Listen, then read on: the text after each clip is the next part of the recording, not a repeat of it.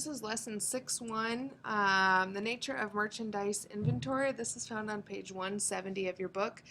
This is new from what we did last year, so you really need to go back and read this chapter. Make sure that you understand all of the different types of inventory and how to take inventory, and then you can come back and watch this video. The flow of inventory costs. Inventory in businesses is always changing. And businesses really need to be able to kind of guess or estimate how much inventory there is, because if they aren't guessing correctly, merchandise won't be there when a customer wants it. And if they have too much, they're paying costs of things, to house that inventory, and they will be losing money. So your flow of your inventory costs and where your inventory is at is always changing. Okay, so if the cost of merchandise available for sale will consist of the cost of the beginning merchandise inventory, okay, and the cost of the net purchases added to the inventory during that fiscal period. So that's what goes into the cost of merchandise available for sale. At the end of the fiscal period, the cost of merchandise available for sale is divided into the ending merchandise inventory and the cost of merchandise sold. So you have your beginning, and your net goes into the cost of merchandise available for sale, and then at the end of the fiscal period, what goes into it is the ending merchandise inventory and the cost of merchandise sold. Like I said, businesses really need to estimate how much inventory they need and when to have it, and it really affects your bottom line. And this sheet here kind of shows you the effects of errors when you're trying to figure out the cost of having inventory. So this is a little bit confusing, but what you need to know is if your ending inventory is understated or overstated, this is what happens. So in this column, this is if you have understated your ending inventory. Cost of merchandise sold will be overstated, your gross profit will be understated, your net income will be understated. Okay, these are all the things that happen. However, if your ending inventory is overstated, you can see these are all opposites, right?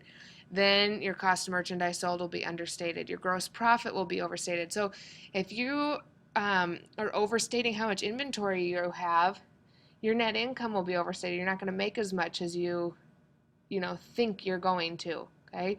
Then again, if you've understated your ending inventory, your net income will be understated, so you'll make more than you think, but you will have overstated the cost of your merchandise sold and some other things like that. So, it does make a difference in all of your final numbers here on that income statement, on your balance sheet, if you have understated or overstated your inventory. So if you're somewhere in the middle and you've done it correctly, then your financial statements will report accurate information.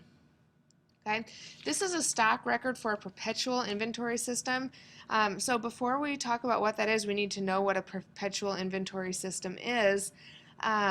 First, we need to know that items in the merchandise inventory of a merchandising business are frequently referred to as goods. So if I talk about goods, that's what I'm talking about, is the inventory that we have, merchandise inventory in our business. Okay. If you're looking at page 172 right now, we know that the cost of those goods or that merchandise inventory, things that go into it are the price that we pay to the vendors and the cost that's involved to getting them to the place of business and ready for sale. Okay. When we take a count or a physical count of individual items in the inventory and we keep continuous records, we are talking about our perpetual inventory. So what that means is every day we are knowing what's going in, what's going out, and that is our perpetual inventory system. The other type of inventory system you can have is called a periodic inventory system, and that is when once a year you have all of your employees come in and you physically count every item that's in your store. Sometimes if you go into Walmart, you see tons and tons of people in there counting items on the shelves. They do that once a year, and that is called their periodic inventory. That's high cost to the business. So what businesses generally do is keep this perpetual inventory, and every day this is changing, and they are watching what's going in, what's coming out, what are we purchasing, what are we selling, and we keep a description of all that information. So here's a stock record for our perpetual inventory system. These are all of our CDs. This is the stock number. When we reorder, we need to reorder 1,000. We need to keep a minimum of 300 in the building, and they are located in bin 26. Okay? Record the description information. Write the beginning quantity. We had 700 of them on January 1st. Then we're going to record all sales transactions. So on January 16th, we sold 120, sold 310, we sold 230, and you can see that this is going down. So 120 from 700 is 580. Take away 310, we have 270. Take away 230, we have 40. Okay. Then on March 7th, we're going to enter any purchases we made. We always reorder 1,000. So we reordered 1,000. That 40 plus our 1,000 gives us our final, or our balance as of March 7th was 1,040. Then October 31st, we sold another 160. So if you take 160 from 1040, our current balance right now of CDs in bin 26 is 670. Inventory records are used for the periodic inventory. Now this is when we actually go in on October 31st, and we go and find removable storage boxes. Okay. We are looking in those boxes, we find CDs and DVDs.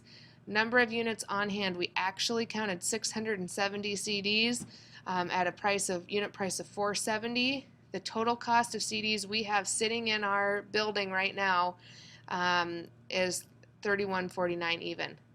We have $306 worth of DVDs sitting in our building right now. So we have $24,865 worth of all these different things that we would have had on this inventory record.